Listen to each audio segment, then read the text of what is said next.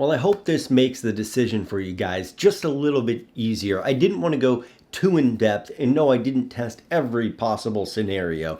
You kind of have to decide on your own which one fits you better, the M28U or the XV282K. Just know that I will be reviewing the Samsung Odyssey G70A, that 28-inch 4K 144Hz competitor to this Acer Nitro. And so far in my testing, I think it's going quite well. So you're going to want to stick around and see that video when it drops. Hit the subscribe button, notification bell, all notifications so you can see when I post that. And without further ado, you guys.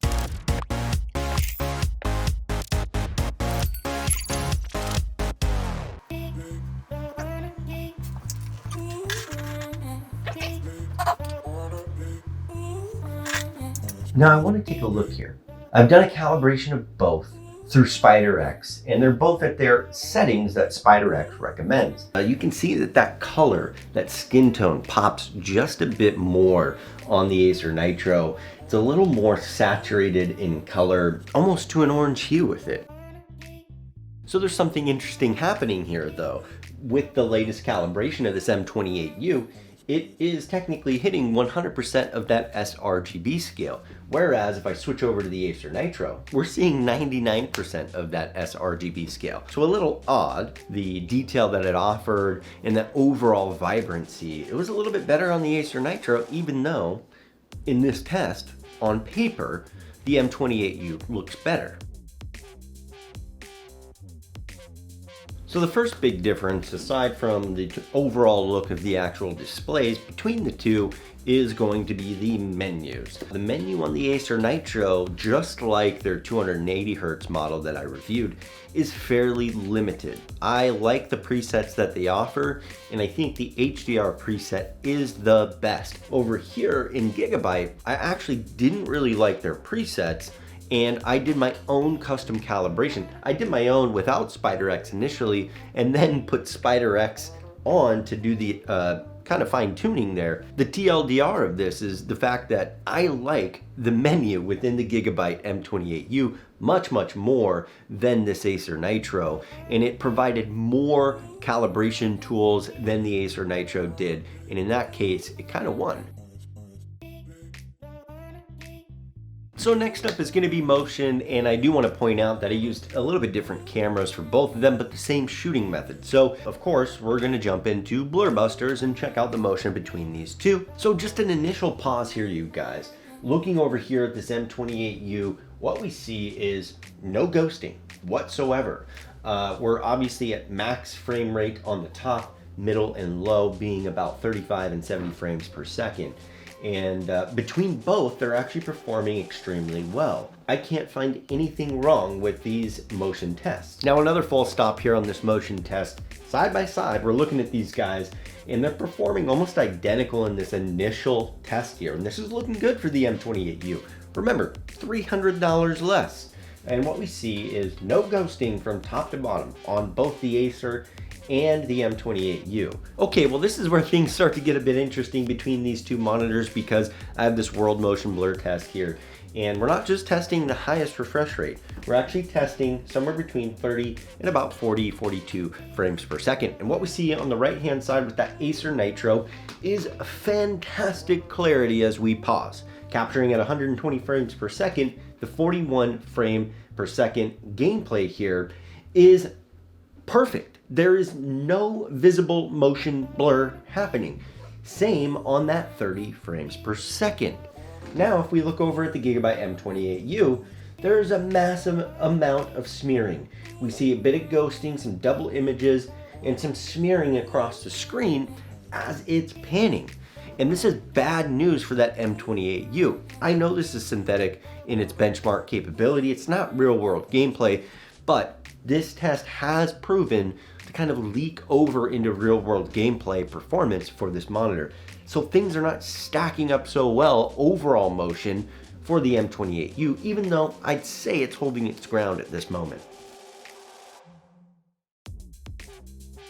Now, if there was ever a point of contention between these two monitors, it is absolutely going to be the way that they control their overdrive settings, both within the menus and the actual performance in this next benchmark test. And that, of course, is going to be the Blur Busters, the test I use for pixel response rate. While the M28U focuses more on the experience than the actual setting, the Acer Nitro is a bit more traditional in the sense that it has off, standard, and extreme. And what you'll find on the M28U is going to be quality preset, it's going to be a balanced preset, smart overdrive, and off. So you do get some more calibration settings within the M28U, but as this test will show you, it doesn't actually give you more benefit in performance. So starting with pixel overdrive off, I'm paused on 2 frames here. And as we look over at the M28U, it's looking fantastic. Now, there is a teeny bit of ghosting along the left-hand side of the UFO, but we look over here at the Acer Nitro, also off, and there's absolutely zero ghosting happening. Now, I can pick apart both of these if I stop on the right frame, and if we do that, we see over here the Acer Nitro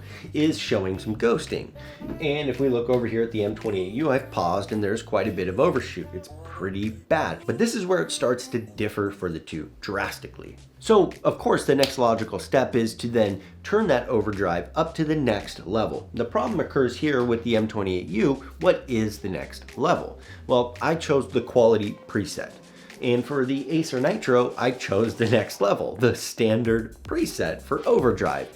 And what we found with those two is the fact that the M28U is showing quite a bit of overshoot, both on the higher frames per second and the mid-level frames per second. But if we look over at that Acer Nitro, in its standard pixel response rate setting, fantastic.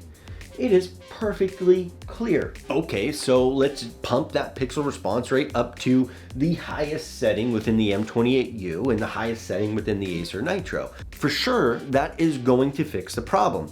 Well, you would think that's a logical next step, but with the M28U, what we find is the speed setting, its highest pixel overdrive, doesn't actually benefit us. It hurts us more. Now we're getting ghosting and overshoot. That lower frame per second just cannot handle the overdrive setting, whereas our 144 Hertz is still seeing a massive amount of overshoot. And if we look over here, the right-hand side with the Acer Nitro on its extreme setting, our target frames per second, the 144 at the top, is doing a fantastic job. Now, there were some good results here between the two, for sure. I think the M28U can hold its own and does well. I've used it for months now. It actually doesn't do bad whatsoever in motion performance, so to speak. There are some areas it lacks, and it shows in this benchmark. Whereas that Acer Nitro is just taking the cake. It's taking the edge. Now we're starting to see why that $300 is a big deal. What are you getting for it? I believe this is one of the main factors that you're getting for that $300, and it's better performance on your motion capability, specifically the pixel response rate. But what does that mean in the real world? What does that mean in your game performance? What does that mean for overall pixel refresh rate? All of those things that combine to give you motion clarity, motion performance in game. We're about to test that here with some Warzone, so let's break it down. So first, breaking down the M28U here in a bit of Warzone. I've got maybe 2 interactions we're gonna cover. In this one here, I'm crouching down, kind of waiting for this opponent to jump in. He's trying to scare me. And what we see is as that fast-paced action is happening in the game, and he busts through the door and kind of jumps and leaps over to the other side of the container here, we are getting a ghosted image of his character. I wouldn't classify this as extremely bad. We've seen extremely bad with the GN850, where we're getting 2 separate pictures altogether, but is poor enough that you almost cannot make out the character. Now we have over here with this Acer Nitro a series of 3 kills within 1 life that I got here in Warzone, and there's a team coming after me and I'm kind of ducking between corners waiting for these guys to come out. And as I pause along any 3 of these interactions, they're not super fast paced, but they're fast paced enough. Here, I'll pause on this one. We're not really getting a lot of motion blur here, and in fact, there's a teeny bit of ghosting, but it's not bad. You can tell if you look at the gun here, the gun is not 2 separate images. His character is not 2 separate images. It is a teeny bit of motion blur happening.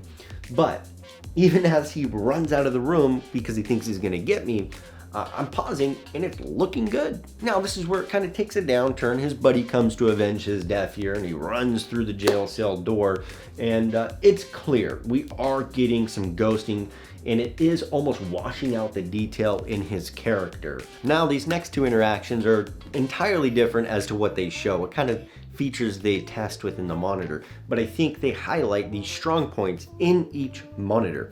Starting with the Acer Nitro this time, I want to highlight this interaction because it's extremely fast-paced, up-close action. And even as I'm moving and shifting between this beam here, I'm able to evade my opponent so well that I end up taking him down. But even as I'm jogging between this barrier, very minimal ghosting, extremely minimal ghosting, and the detail of the world around me is extremely clear, And I think that's where this Acer Nitro does really well in game, is up close, especially as you're moving extremely fast. That pixel response rate is helping you massively to identify where your opponent's at, and you'll see that through and through on this monitor.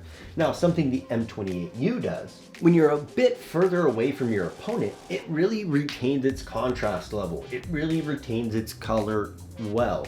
It still has good motion. I'm able to make out the detail within the actual characters there, so much so that I can aim down sights and nail them both first try. But up close, I would say it doesn't do as well as the Acer Nitro. And the Acer Nitro, further away, will still do as well as this. So we're going to kind of circle back to the beginning for this next topic, and that's the fact that when we looked at the menus and the calibration setup, we actually saw that the M28U within standard calibration mode performed just a teeny bit better than the Acer Nitro. So right now I have two SDR tests side by side with Metro Exodus Enhanced, and we're going to kind of go through and take a peek at which one's doing better overall in this SDR setup.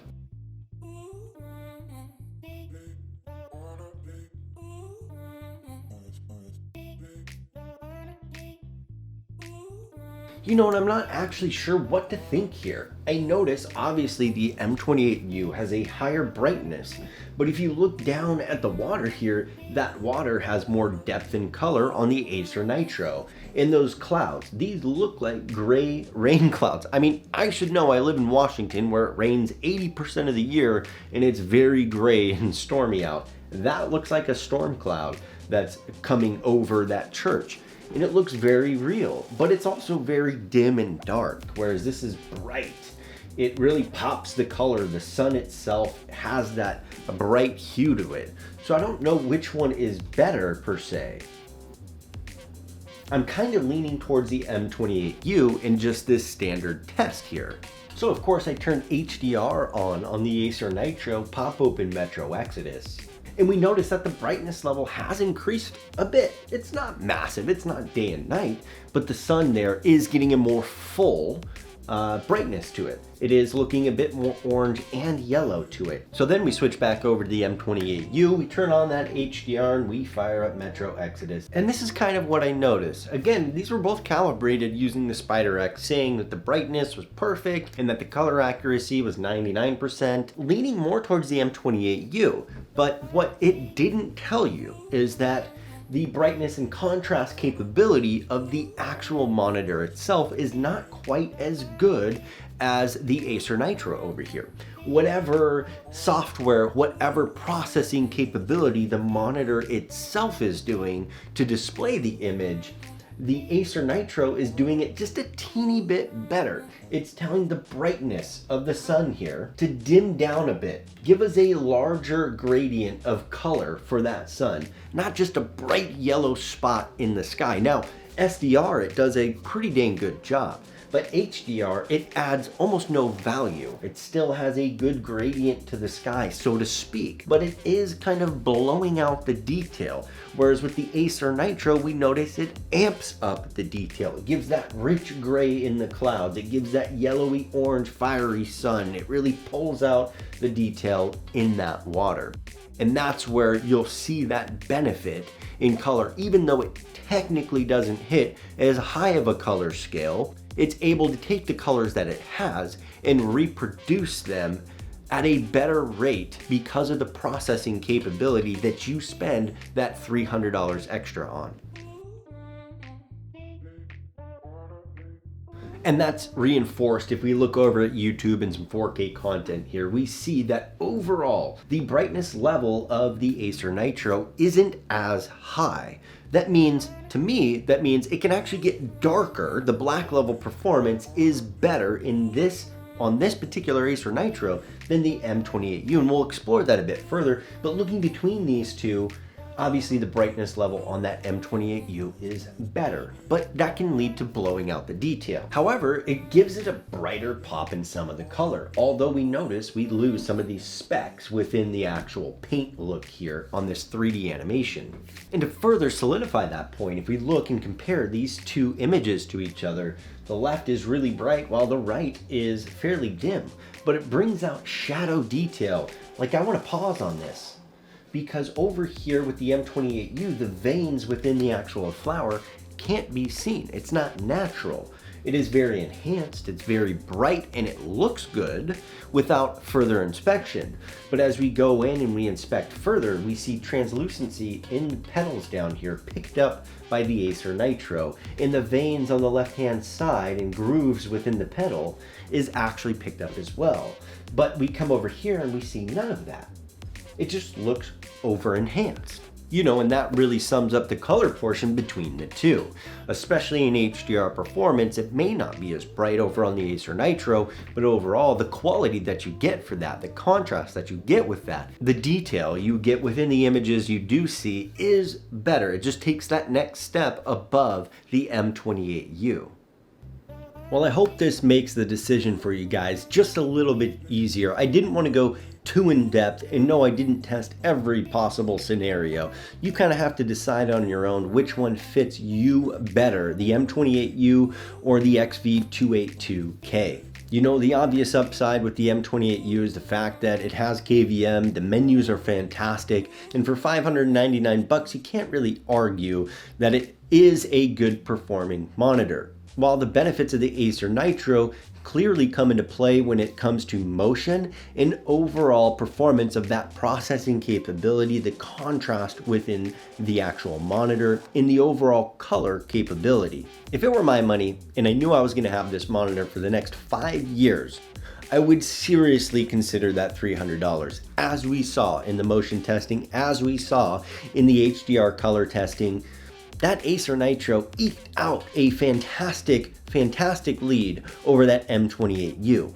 Yes, I would say that $300 is worth it, but you really have to be a pretty in-depth PC gamer to know the difference. If you're a console gamer, I don't know that you would see a difference between the two. So I'm going to do a short 2-minute video here, you guys, on the channel for you to check out comparing these two on the Series S. So definitely hit the like button, subscribe to the channel so you can see when that drops, because it will showcase these two playing on console and whether or not that $300 is worth it.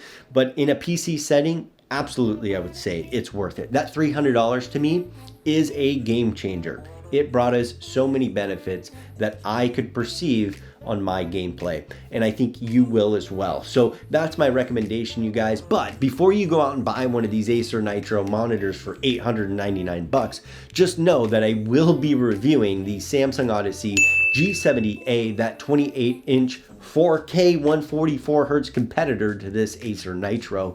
And so far in my testing, I think it's going quite well. So you're going to want to stick around and see that video when it drops. Hit the subscribe button, notification bell, all notifications so you can see when I post that. And without further ado, you guys, I'll see you in that next video.